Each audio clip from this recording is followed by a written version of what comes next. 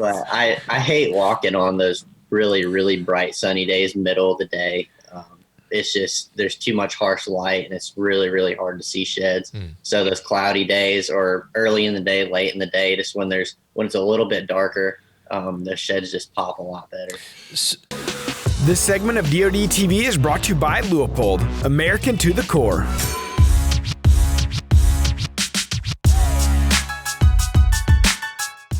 What's up, everybody? Welcome back to the Drury Outdoors 100% Wild podcast, powered by DeerCast. This is episode number 251.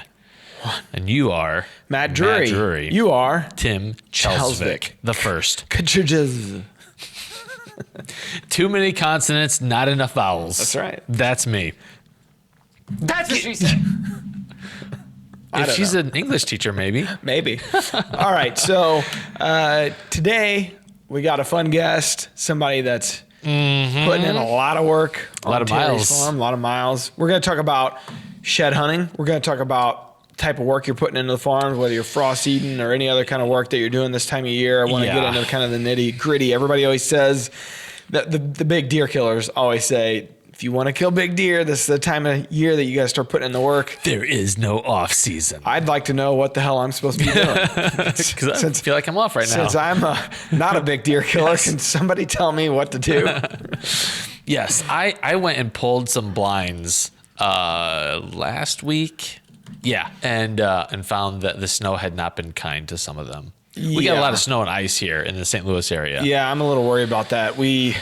Ideally, I know like Scott today headed up to one of my farms, and we got a side by side and an electric vehicle there that need to be serviced that just haven't kind of been neglected for a couple years, and so I need to get them serviced. I'm like, man, we need to do that here in February before we start needing it in the spring. And so anyways, he was going up to do that, and we got a bunch of weather coming in, and it'd be nice to get all of our soft side covers off, because you leave those things out, man, they get ripped up, then you're kind of UV SOL. light isn't great to them. Yeah, so anyways, we got a lot of work to do. We want to frost seed over at the new lease as well, and a bunch of the plots that didn't come up, they're basically bare dirt, so be a great time to frost seed. So we're going to wait until this next weather event comes through this week, and then go in and frost seed those. So we do have some plans that we're trying to knock out, but also we've been working on the new farmhouse and trying to get it set and ready, because we basically did a full renovation on the inside of that thing. And I look forward to we're kind of filming all of it, or we're going to do a little kind of short series, maybe 3-4 part series, probably air it towards the summertime. You're going to become like our own Bob Vila. Yeah, more like Tim Taylor. Missing a finger. Yeah. Stitches. The tool man. Not really knowing what's happening. Yes. Just kind of haphazardly getting things done. Scott will be your Al Borland. Scott's my Al. Straight. That's right. Here's how you really do it, I don't think so, Tim. So we need that sound. Aaron, we need... Aaron.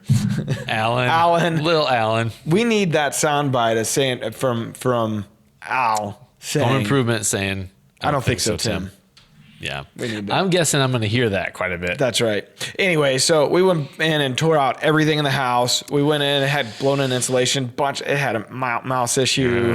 And so I rented a vacuum, like a industrial vacuum machine, and we sucked out all the insulation. And then I hired a company to come in and spray that closed cell spray on the attic and kind of enclose it all in and help with the heating and cooling and all that stuff. And then we ripped out everything on the inside, and we're on the beginning stages of the install. We got the flooring and the cabinets in, and got to get it painted and a few other things. But anyway, so that's step kind of 1 and 2, I guess. Tearing out step 1, putting in step 2. Phase 3 is going to be the farming side of it. So we're trying to get all this stuff done so we can focus basically all spring, summer, into the fall on what we're going to be doing on the farming side. Do you think it's going to be habitable by turkey season? Yeah, I mean, cool. As far as as far as being able to stay there, I think by mid-March it's going to be ready. Okay. So that's definitely the goal. The goal was turkey season because, I mean, I'm getting trail camera pictures of longbeards, 4 or 5 longbeards. Scott's always spinning. Scott's office area is right across from mine. It's got a desk on a wall. He does, yeah. He has a space, and he'll spin around like whenever he gets a Reconics cell cam pic. Yeah. Like, oh, Tim, look at this. Look at the rope on this one. He's so excited. Yeah, so I think he and I will be able to kill a couple birds there this spring, and I'm excited about that. And Aaron Bennett, who sold me the farm, was the agent on it, told me that. He's like, man, told me where the little hot spot was. He said, you'll be able to kill some birds here. So yeah, the plan is it's going to be done and ready to kill some turkeys in turkey season. What is the switch for you? Like between deer and turkey, what does it? As far as when I start getting excited, the time of year I start getting excited about turkey hunting. Yeah, and is there like a particular thing, like a trigger for you? Well, I think honestly, watching Mark go kill 50 turkeys doesn't hurt. I mean, it's like, oh man, Mark's out. He starts in March usually. Sure. Whatever states are open, he starts traveling around the country. So you kind of start like early March. I still don't really care about it. We get into April, the beginning of April, you start maybe getting some warm temperatures. That's when I really start. Yeah. It's like, man, it's almost here because I'm just hunting in Missouri. So that's usually around 18th, 19th of April. Yeah. And that's when I get excited about it. But I love turkey hunting way more than deer hunting. It's just that it's such a short season, and I usually only get to go maybe a couple days during the season. So it's right. Yeah. My wife's birthday is right there on usually opening day or week, It's considerate of her. Her dad was turkey hunting when she was born. Oh, yeah, wow. Yeah. He was not the there. Stars were crossed from the very beginning. Yeah. She should have known better. I know better. I don't do. Yeah, good call. I'm there for the birthday. Good call. So this morning I walked out to the truck and it was like 55 degrees, something crazy. And there was a cardinal singing, and I was like, it kind of feels like it's almost turkey season. Yeah, but it's going to be low of like 23 tonight. So we sound like old guys talking about the weather. Could barely get up. My knees were hurting. The humidity. Yeah. It's not so much the heat as it is the humidity. That old walnut. Okay, well, let's welcome our newest Rack Pack members. As always, there's one live. There's one in every crowd. So if you don't know what the Rack Pack is, go to Facebook, hit the search button, and go to the Drury Outdoors 100% Wild Rack Pack. It's the backbone of this podcast. It is. I dare say the company. The company, yeah. Whoa. We're starting small. We're growing at large. We're saying a bunch of stuff we can't back up. That's what she said. All right. Yes. So Trevor Lucht, Anthony Hill, Frank Norman, Russell Fartree. Russell Fartree is the fake name, I believe. It's hard telling. I don't want to pass judgment on any one of their last names. All right. So, but it's probably Anthony Hill. Okay. That's my guess. All right. Also, we love your reviews on Apple Podcasts or whatever podcast player you're listening to. While you're Just leaving give a us- review, subscribe. Yeah, it's simple. Simple. How much Easy. does it cost? Nothing. It's free, Tim. Sounds like a slam dunk then to me. That's right. And also, just know, in the Rack Pack, we're going to be putting out a little survey. You guys can have some feedback on the show. Tell us what you like, what you don't like, what you want more of, what you want less of. And even if it's like, I want less of Tim, we'll take that into account. Armat, I'm open to not being here. So Some days I'm not here. That's right. And we still have the show. Basically, we're kind of pre-planning for upcoming episodes and trying to get a little better about scheduling ahead. And we're running ahead right now, actually, and we're trying to keep up with that pace. So we're just looking for suggestions from the viewers and listeners on what they're wanting more of and are less of, and we'll go from there. So I'll tell you one guy they want some more of. Forrest Bonin. Forrest, Terry's not only, he's got a long list of things, much like Scott, much like Wade, much like Perry, much like Tim. Jacks much of like all Alan. trades. That's right. All of our editors, everybody has a million jobs. No one does one job. But Forrest, his primary job is that he is the farm manager for Terry. So that consists of Terry's property in Missouri, their lease over in Illinois, any other things that might pop up. They have a couple leases in Missouri as well. But Forrest is also the primary photographer, camera guy, editor at times. Cook, definitely primary Yes. cook. So welcome aboard to the podcast today, Forrest. What's up, man?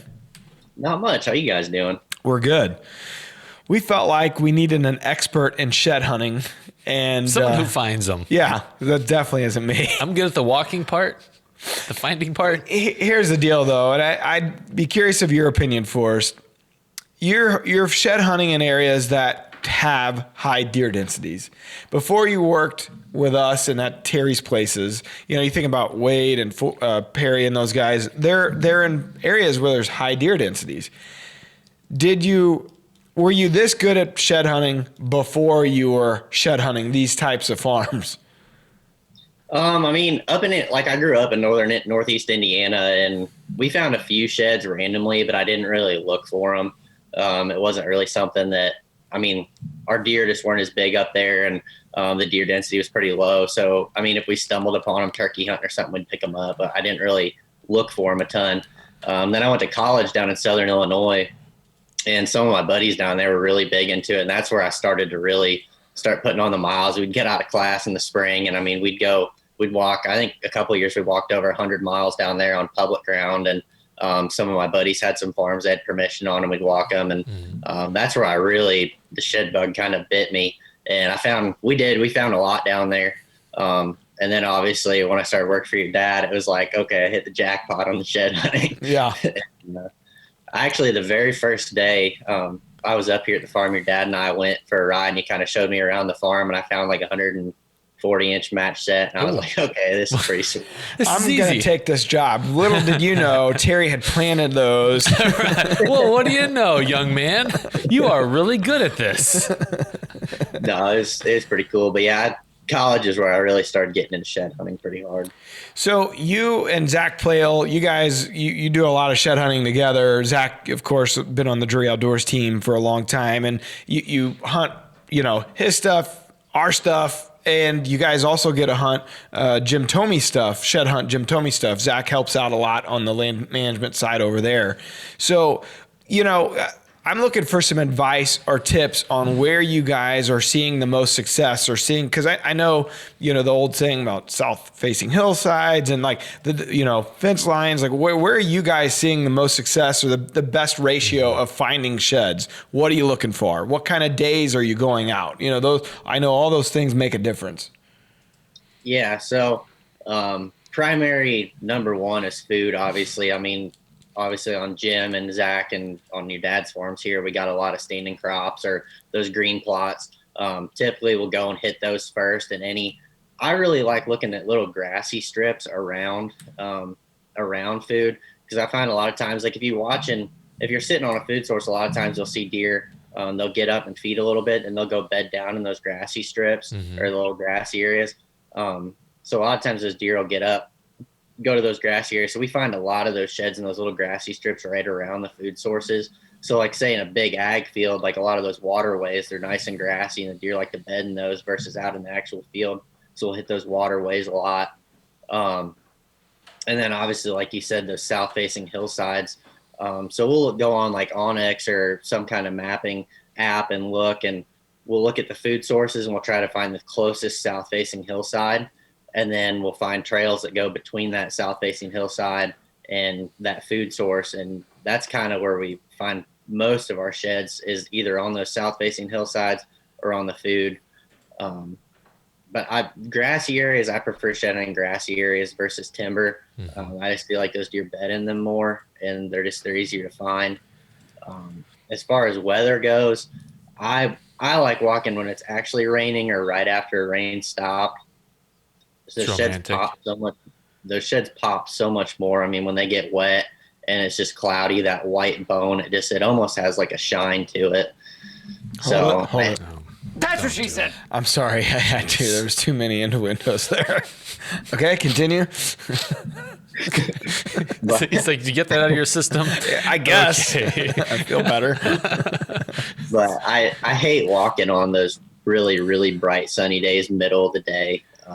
It's just, there's too much harsh light, and it's really, really hard to see sheds. So those cloudy days or early in the day, late in the day, just when it's a little bit darker, the sheds just pop a lot better.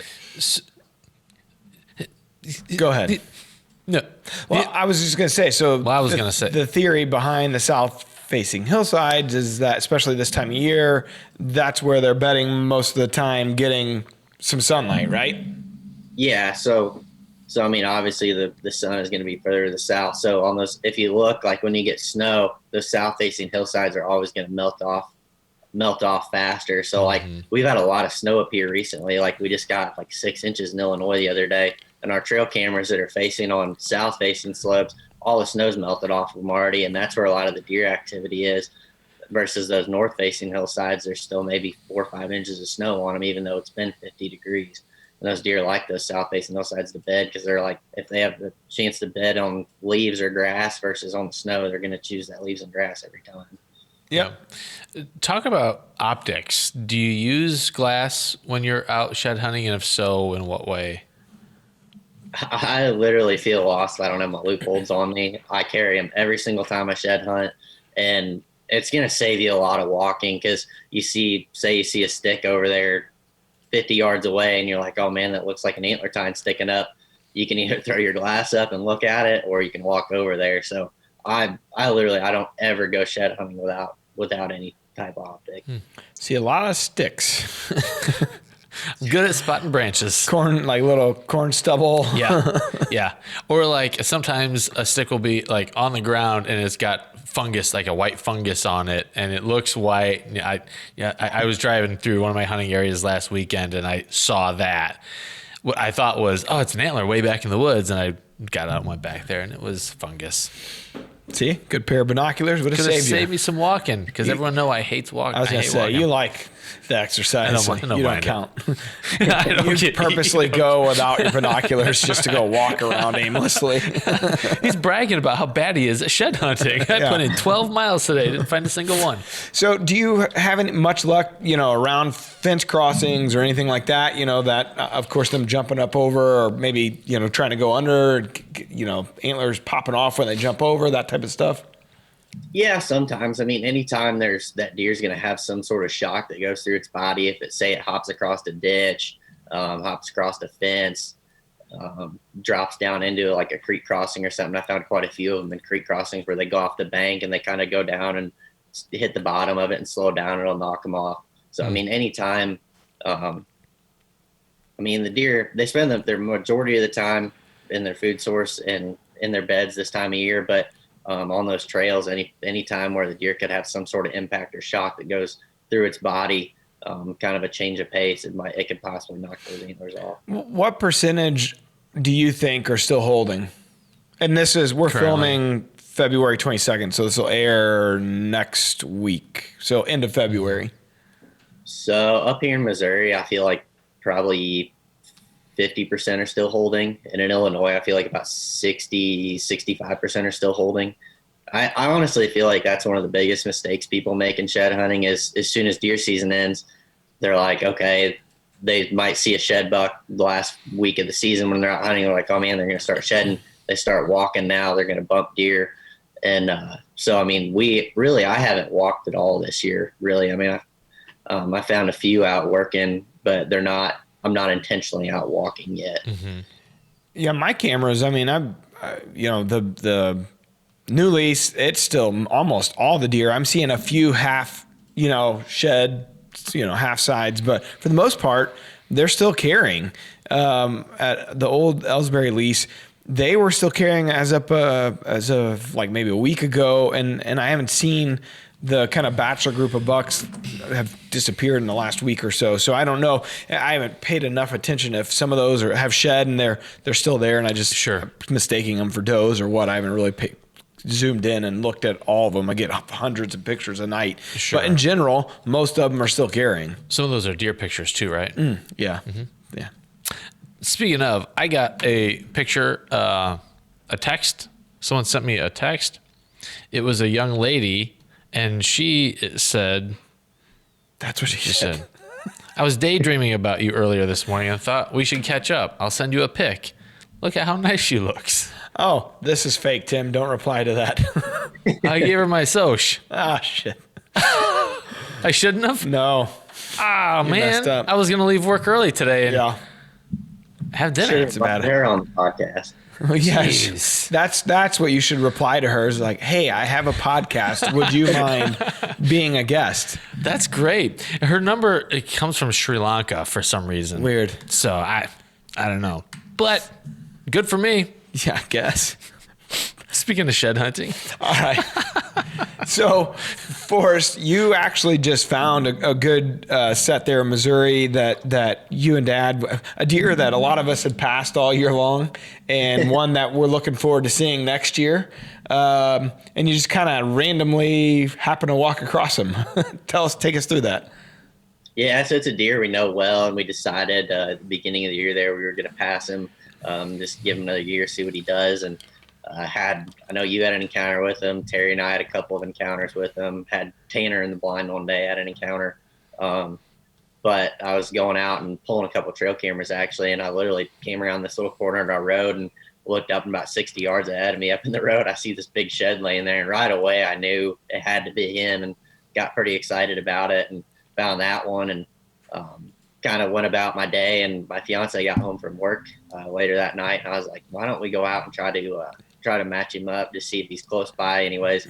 And we went out and walked, and about 5 minutes later she was like, hey, there's a shed laying over there, and walk over, and sure enough it was his match. So pretty Crazy. Cool. He's a pretty nice deer. We're really, really excited about him for next year. Yeah, absolutely. It's amazing to me because we just talked about those percentages of how many you're holding, and here you got, a good deer, and he's dropped both sides. It's just like this might have been one of your wildlife words one day about why they drop or how they drop their antlers. I think if I remember right, that particular wildlife word was more about like sparring or the less stress of a word and more of a concept. Yeah. But that a deer's hormones, like their testosterone levels, can change if they get beat by a more dominant buck, and just that change in hormones when they lose that battle can trigger them to shed in that moment. So that's one reason of many probably that.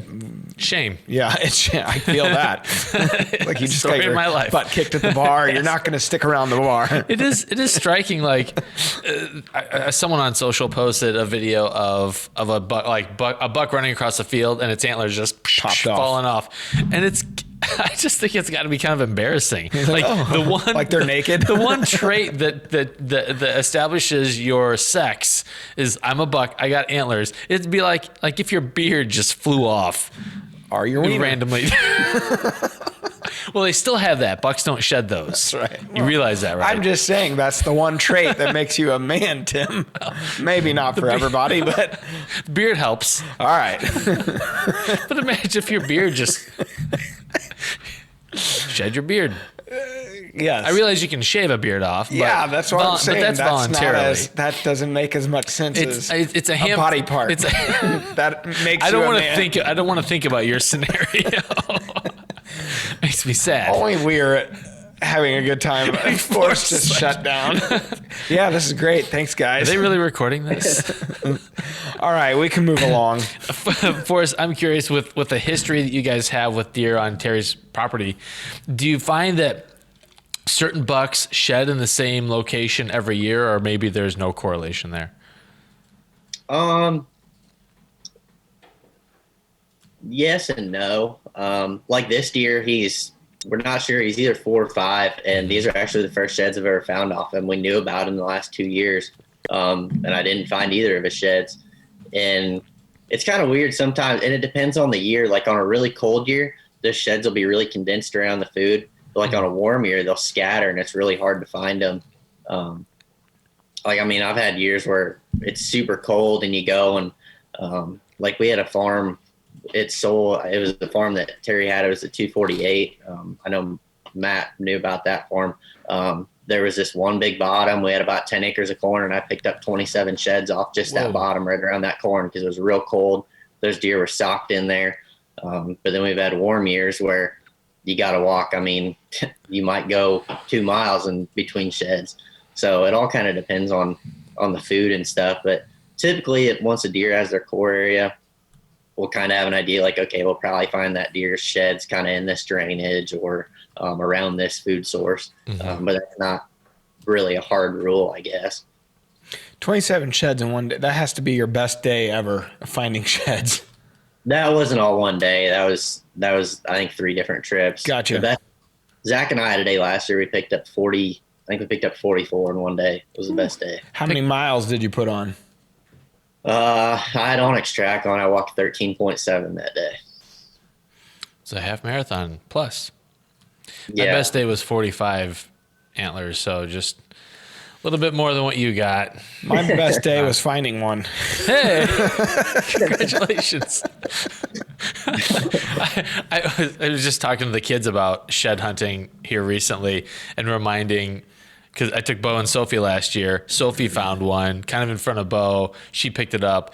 She's elated, and he's like, "Oh no, I don't get it." She's like just total opposite ends of the spectrum. Yeah, that's really an insight into how adults Oh, yeah. look at it. Yeah. Because back in the day, we used to go shed hunt like Terry's place with all his construction guys, or up at Mark's place with like the Drury Outdoors team, and doing that with that many people, like you'd form a police line and just start walking through. It sucked because there's always those guys like Booty or that are really good at shed hunting, and they'd see it a mile away and have great eyesight, and they'd take off in front of you, and it's like, son of a, I gotta get faster. but it's never ever happening. Like I have to stumble upon it. Matt stepped on one, broke his foot. What about shed hunting etiquette? I don't shed hunt on most other people's we're talking about it ground, right here. but like if someone invites you to come shed hunting on their property, is the assumption that it's their shed, regardless of who finds it? I think so. What do you think, Forrest? Yeah, I mean that's how I am. Like obviously, like all the sheds we find here, like all the big ones are going to be dream sheds, which is an awesome thing. That's one of the reasons I get so excited about shed hunting. Honestly, is when we find a big one, you guys sign them, get that certificate, and auction them off at Whitetails Unlimited banquets, and all that money goes to the Catch a Dream Foundation. So that's just kind of more of a reason to go and shed hunt, honestly. Yeah, that Dream Sheds program has raised several $100,000 over the past few years. Cool. And so basically, Mark and Terry have donated their entire shed, piles from dating way back. All these sheds that they find, they donate all of the good ones. And as Forrest said, they sign them, and we have a certificate, and they get auctioned off at Whitetails Unlimited. It's pretty cool program. It was something I didn't realize, because we had those big Rubbermaid totes of sheds here in the studio for a while. Just how bad they stink when you put that many in one place and kind of close them up. They stink. Yeah. No, now somebody else's problem. Some good Samaritan that bought them. Hey, here's your Enjoy stink this bomb. stink shed. Cost you. I mean, some of them will go for a couple $1,000s. So what's cool about it, those banquets, everybody's in a giving mood, obviously, and they know what the purpose of the program is. So they're outbidding each other, and a lot of times people will donate the shed back after they win it for it to go again for another round. We've seen that. Yeah, I mean, it's the hunting community being, supporting each other, and obviously Catch a Dream's a great organization. And if folks don't know what Catch a Dream is it's kind of like Make-A-Wish, but it's focused on young people with life-threatening illnesses, giving them experiences in the field with fishing or hunting or something like that that they wouldn't be able to get otherwise. And it's pretty cool. We've been teamed up with them for, I've been here 18 years. I think it would have been like my second year here, first or second year. Okay. We've been officially teamed up with them, and it all started from they were partners with Mossy Oak, I guess unofficial partners of Mossy Oak, and Mossy Oak had hang tags on all their garments that promoted Catch a Dream and what it was. And one of our team members at the time, Brian Thompson, who was on Dream Season, I think Pros versus AMs, and he reached out to Catch a Dream, and he made us aware of it through basically he took a Catch a Dream child on a hunt, or went on a hunt and filmed it, and they raised a bunch of money for this child and or the group or whatever. Well, that's how we first got affiliated with it back in Dream Season 2, I think. Sweet. So a long time ago. Yeah, it's awesome, and not only do they donate the sheds, but Mark takes kids on hunts. Oh yeah, like yeah. Kid every year. Yep, absolutely. Every year, Mark takes a young boy or girl on a hunt there in Iowa, and we've been on countless hunts down in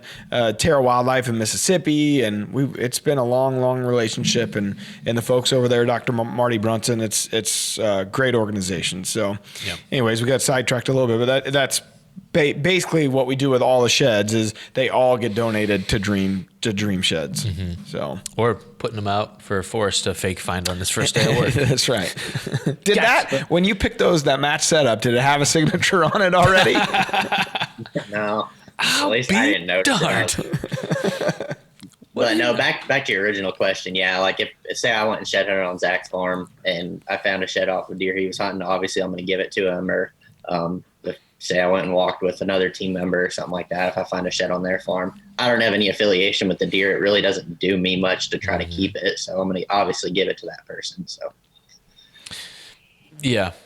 And you guys, I mean, it's cool. You build up. It helps you guys build up. That's the part I'm envious of. You build the history with the deer, sure. And you guys, all have such a cool way of being able to, you pass the deer. You see them year after year after year. On these couple leases that I have, we never can build that kind of history. I mean, once in a while we can, but they're smaller pieces, and they just. We don't have quite the food in the late season, so we just never seem to be able to build that type of history. Yep. That part I'm envious of. It's cool to see that progression of a single deer year after year. Sure. Yeah. So. Maybe someday I'll be a big boy and do that too. Or maybe not. Yeah, there's no guarantee. Yeah. In fact, it's pretty unlikely. I had one other question. So speaking of etiquette, if someone... So say someone comes onto my ground and they shed hunt with me, it's assumed that those are my sheds regardless of what they find. Is it also assumed then when they ask, like, hey, you want to go shed hunting my place, that you reciprocate? I would hope so. Yeah, I mean, definitely. I mean, Zach comes, because you want to cover, the more sets of eyes you get, the more ground you can cover. Obviously, the more sheds you're going to find. So like say you had 1,000-acre piece, for one guy to walk that, it may take a lot of time, but if you can get 3 or 4 guys to come out, you may be able to cover it in a day. And then like one of those days you may have spent walking another section of that farm. If they're like, hey, do you want to come shed up my farm? Or you may set up a weekend where you go walk like me and Zach may go walk one of Terry's farms and then go walk some of Zach's stuff and one of his leases or something like that. Sure. So the more eyes you get, the more ground you can cover, the more sheds you can. Really, even on a smaller tract, 100 acres, it's nice to have a handful of guys that walk, because you think about how easy it is to, if there's leaves over it, or, from year to year, you might find a shed that's 2 years old. You're like, man, I missed this somehow the last 2 years. It's like the more eyeballs you have and the closer you can kind of be by each other, the better your odds are. Yeah. So. Yeah, definitely. I was going to say, we should also remind people, like, if you're new to shed hunting, there's a chance you could find a deadhead this time of year. And most states require some type of salvage tag or some type of permit to be sought in order to possess that tag. So if you've never been shed hunting before and you want to get out, like, definitely do it. It's a ton of fun, but also recognize that there are some laws around that. Yeah, you would need to, in those types of states, you could call your game warden, local game warden, and tell them that you found it. And, then a lot of times it may be, they might tell you, hey, you can pick it up and I'll get you a tag later on, or that you might have to leave it there, until they come and bring you the salvage tag to be able to take possession of it. So one agent I was interacting with here in Missouri, she just wanted a picture of kind of where the deer died. And I think, like, you could also, check metadata for location, but also you could see, like, this guy just didn't kill this deer or try something sketchy. It looks, you can see that it died and been there for a while. Yeah. Yeah. So keep that in mind. And some guys, just the reality of it, some guys may have hit a deer in the fall and they never did recover, just a little blood trail or no blood trail or whatever the case may be. And then they find them later on. And in that scenario too, you need to call and let the game warden know how it played out, the details behind it. So I was leading a hike with some people one time and we came upon a dead head, and this lady who knew everything, said, "Oh, that's from a white-tailed deer. You realize they do this every year." The whole skeletal system, shed their organs. Their cranium. Yeah. I was like, well, not exactly. not quite so much. This one is dead. But immediately I get this image in my mind of a deer's head just like falling off in the woods and then the body walking away. Like a scene from Indiana Jones. Right. Just melts away. That was terrifying as a kid. Yeah. That and Roger Rabbit. That basically and a similar Large scene. Marge from Pee-wee's Big Adventure. Yes. Ugh. All right. We lost Forrest. Hi, Forrest. I love on some of those shed hunting pages on social media where people post a picture and like, man, I found this big deadhead. And you go and read and there'll be a bunch of comments. Man, he'll be really nice next year.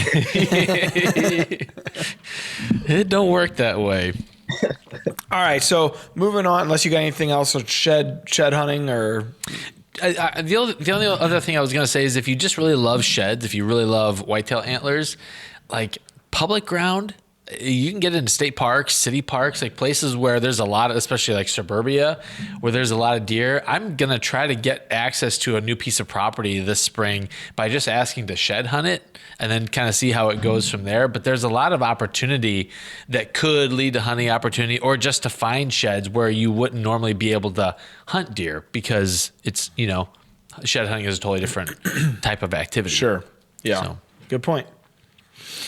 Yeah, I agree with that. A lot of people are more open to people allowing you to shed hunt than actually hunt.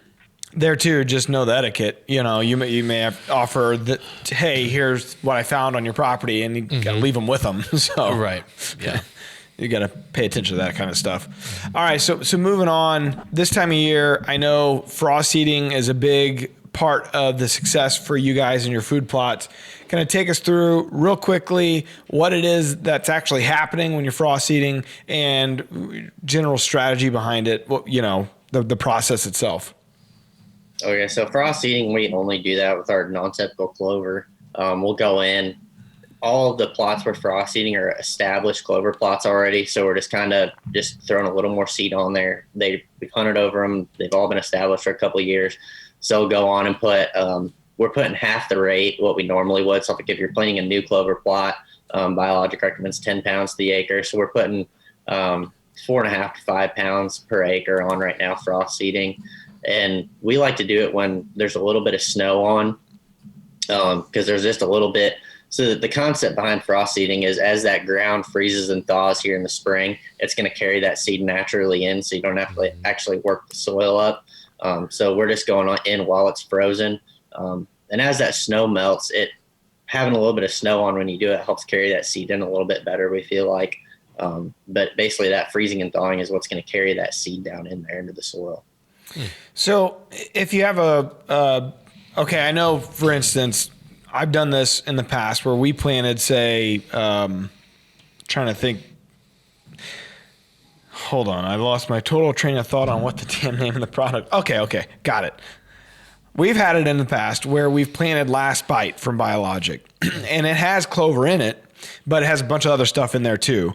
And then that helps us establish the food plot. And then we go in and frost seed with clover, in this time of year, and then it becomes a clover plot. Are there any other types of food sources where you can do that with? I mean, technically you could do it with any, like if you wanted to establish a brand new clover, like if you say you planted a food plot of maximum and radishes and stuff, you could go in and frost seed that with clover, and that freezing and thawing is going to carry that seed in. But you would just have to use a higher rate of seed. So you'd use the full rate. You could put 10 pounds on or 10 to 12, just going a little bit heavier. We just typically just do it in our established plots already. And say like you were talking about Last Bite, that's how we establish a lot of our clover plots. And we actually add a little bit of extra clover into it in the fall when we plant it. So there's already some clover seed in there. There's more clover seed in there as well. But like that's an awesome product to use. And then if you just planted Last Bite, I'd probably put like 8 or 9 pounds of seed on, not go quite the full rate, but put a little bit more seed in there. So if you've had a clover plot that has basically kind of just, for whatever reason it burned up, or, a farmer maybe mowed it too short, or I'm speaking, Sounds kind of like a specific example. and it just isn't producing anymore. Maybe the weeds overtook it, whatever. Can you come back from that by frost seeding, or is there a certain diminishing point of return at some period where you got to go in and say, you know what, we need to start from scratch here? Typically, we rip them up and kind of restart every 4 years. They kind of start to wane away too much. We did that to a couple of plots last year where we actually went in, ripped them up, and actually planted a host crop of oats in there just to get some soil stability in there. So we went in, used the RTP groundbreaker, planted oats in there, and then after that, because that clover seed's so small, you don't actually need to bury it because that rain will carry it in when it does rain. So we drilled the oats in and then went and seeded over it. So on a plot that's really destroyed, like you're talking about, I would recommend ripping it up and starting over, and you can do that in the spring. I know Mark, we don't have one, but I know Mark and like Wade and Perry and those guys, they have an aerator, and they'll go into a plot if a plot's really diminishing like that. They'll go in the spring, kind of on a day where it's just starting to melt a little bit and run over it with that aerator and then seed it real heavy, and they've had good luck doing that too. So they don't have to rip up the dirt in that instance. Yeah, they have to rip up the whole thing pretty much. Nice. But we don't have an aerator, so we do it different than them. What time in spring are you talking, like late spring or early spring when you go to plant a new clover plot? We did ours last year right before turkey season, so like beginning of April. I like to do it earlier just to try to catch some of those rains, because that clover seed, like, it isn't going to rot. Like say you went and planted soybeans in early April. Like if we get a bunch of rain and snow and cold and they don't grow, they may rot. But that clover seed, it'll sit there and be fine. You could technically frost seed in November if you wanted to, because that seed's just going to sit there. But we typically do it earlier in the spring to try to catch some of those early rains. So as soon as that soil temperature gets warm, it's going to start growing. Okay. Good advice. Yeah. Yeah. And that clover has benefits for turkey too. Like if you're looking for a plot to pull some turkey into. So are you guys doing any kind of prescribed burns right now? Are you getting ready to, or is that, I guess that's kind of around the corner here as well? Because I know that's something that about this time you start doing, and then it's ready for kind of turkey season. Turkeys love that freshly burned stuff. Yeah, so we'll start doing that probably middle of March coming up here. I'll start mowing all our burn lines. We like to do it right before it starts to green up. So I guess it kind of depends on temperature, but we typically burn in March at some point, and we just kind of wait for the right conditions. But yes, those turkeys, I mean, if you can time it right to where that new growth coming up is a couple inches tall, I mean, the turkeys are going to be all over those burns. Like we hunt them pretty hard in the spring. I see. Do you ever worry about turkey nesting habitat and doing a control burn? Just making sure the timing of that doesn't coincide. I mean, in March, there's not going to be, or typically there's not going to be any birds nesting. Like there's no fawns coming on yet. And if we get those timely spring rains, usually by the time those turkeys start nesting pretty hard, or those does start dropping fawns, that growth it's tall enough to where it can hide, at least on the edges. It can hide those fawns or those turkey nests. Sure.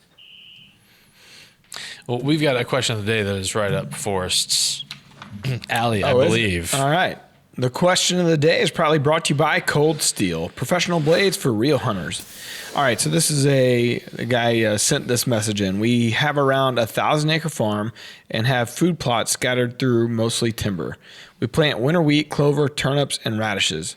We recently tried out some buckwheat, and to say the deer love it is an understatement.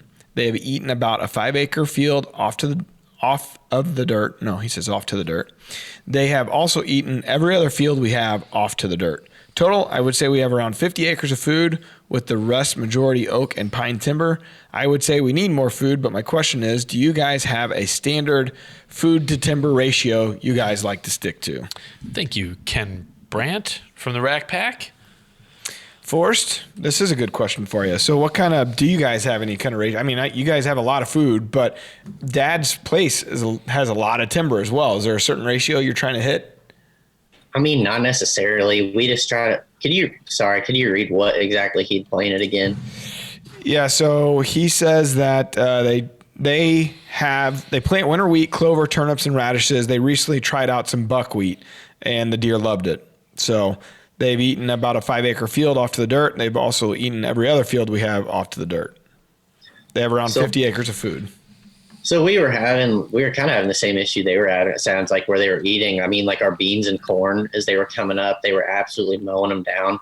So we went to more clover to give them that year-round food source and take because I mean that clover, they absolutely love it. So it takes a little bit of that pressure off some of those food sources that are maybe like for a certain time of year, like turnips and radishes. Obviously, those are mostly a fall food source. So maybe plant a little bit more clover. Maybe change some of your food plots, have a little higher percentage of clover versus some of those other ones that you're planting. But we don't necessarily have a set ratio of how much food to timber.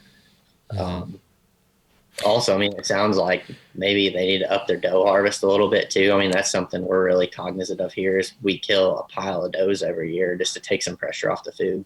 Yeah, and he doesn't say that they have any, corn or beans or anything like that. That might help as well, and help with his overall just another option for them to be eaten.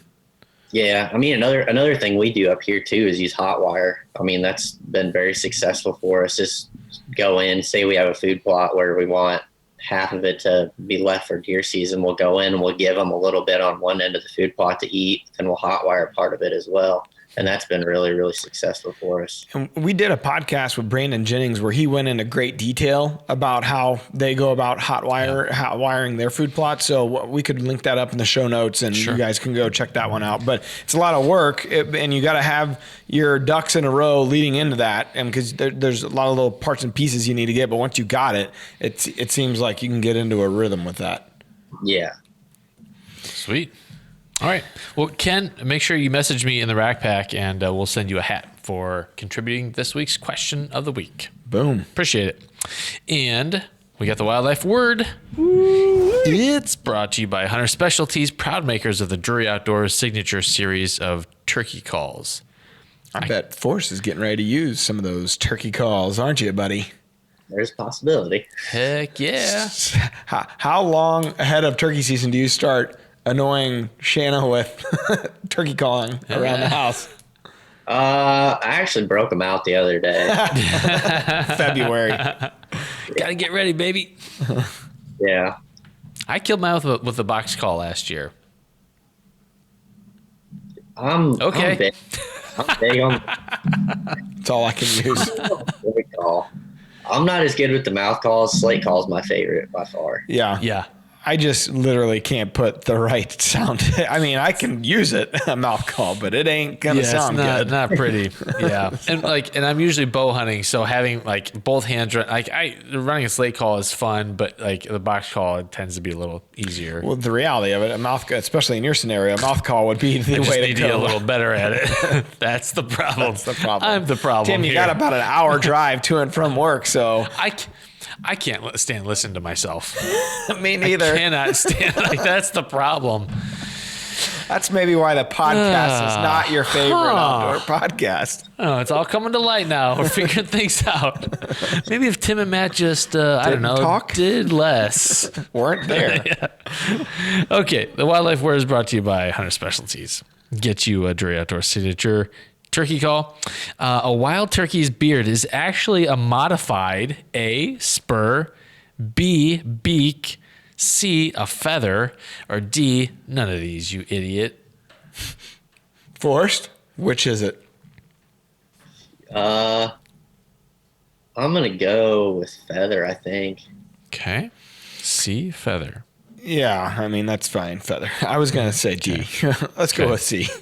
It is a modified feather. Yeah. Same raw materials, just engineered differently. And they don't shed them every year, contrary to popular belief. Just keep growing. They keep them. Yeah. Ropes. Love them. If they do shed, they're in trouble. Well, whoa. That does happen, though, when they get some sort of parasite. Yeah. Real bad dandruff. What was that, Forrest? Beard rot. Yeah, that's what I was thinking. Beard rot? Yeah. Forrest knows things. That's right. He's an educated man. I hope, Unlike us. Yeah. I hope to never get beard rot. I don't exactly know what it is, but I know it causes the beard to rot off and kind of little. I know what happens. Let's assume it's fungal. Is there a noise associated with it when they drop their beard? Like a doorbell? That's the sound. I don't know what it is about that sound, but I love it. That one, not so much. That one makes me uneasy. Yes. All right. Oh, yeah, modified feather. All right. So. I think we've had enough fun for today. Yep, we did. Be looking for that podcast survey in the Rack Pack. And do help us out. Fill that thing out, and we want to hear what you guys and gals want more or less of. Mm-hmm. So, yeah. And we can take the heat. If it's Be us, honest. let us know.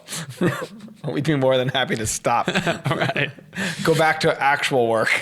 Tim's in the field on reporting today, and he's not at the desk. Yeah, there you go.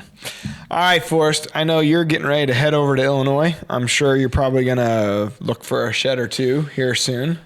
And so just tell me, biggest shed you've ever found before you leave? 103 1/4 inches. What? That was last year. Zach and I, we picked up the sheds off the deer that Jim actually ended up killing this year, the Matheny buck. And Zach found the first one. It was 100 inches, and we walked maybe there was a little patch of cedars and walked over into those, and I picked up the second size, 103 1/4. Oh, man. Probably never pick up one that big again. No. Did you try to hide it in your backpack and just pretend you didn't have it? Etiquette went out the window. I actually did. Zach and I were separate, and he called me, and he's like, where do you think this thing is? And I was like, I don't know. I strapped it on my backpack and walked up, and we were sitting there talking, and he was all of a sudden, he's like, what's on your backpack? I can see tine sticking up. And I spun around, and he's like, you son of a gun. Oh, you mean this? Yeah. So it was pretty cool, though. That's pretty awesome. For you? Yeah. Yeah. Nice. Yeah. A lot of history there. That's a whole different podcast. We should get into that whole different time. Mm-hmm. Yeah. Yeah, definitely. That'd be a sweet little story on that deer. Cool. All right, cool. Well, we appreciate you jumping on. Safe travels to Illinois. Good luck shed hunting. And probably next time we'll talk to you is turkey season. Sounds good. Thank you. All right. We'll need advice on how to kill one. Might want to have Mark on for that one. Yeah, good idea. Good point. All right. Thanks, Forrest. Appreciate you. Until next time, peace out. good. Temperatures are going to be dropping. Perfect conditions for the skinny field. Got to focus on those afternoon hunts. Northwest tree stand, 5 p.m. It's the easiest decision you'll make this season. Get ahead of your game with DeerCast. We should do an ongoing count for the spring on sheds that you and I find. I mean, I haven't found one in years. It's going to be a hockey game score. Yeah. That's what it's going to be. Soccer. Yes, yes. Hey, it was a tie, 0-0. Tim found a half of a shed. We think it's a shed. Yeah. It appears to be bone material. We're adding new videos every week, so make sure to click that subscribe button and check out all of our amazing content. This episode of DoD TV was brought to you by Bass Pro Shops and Cabela's.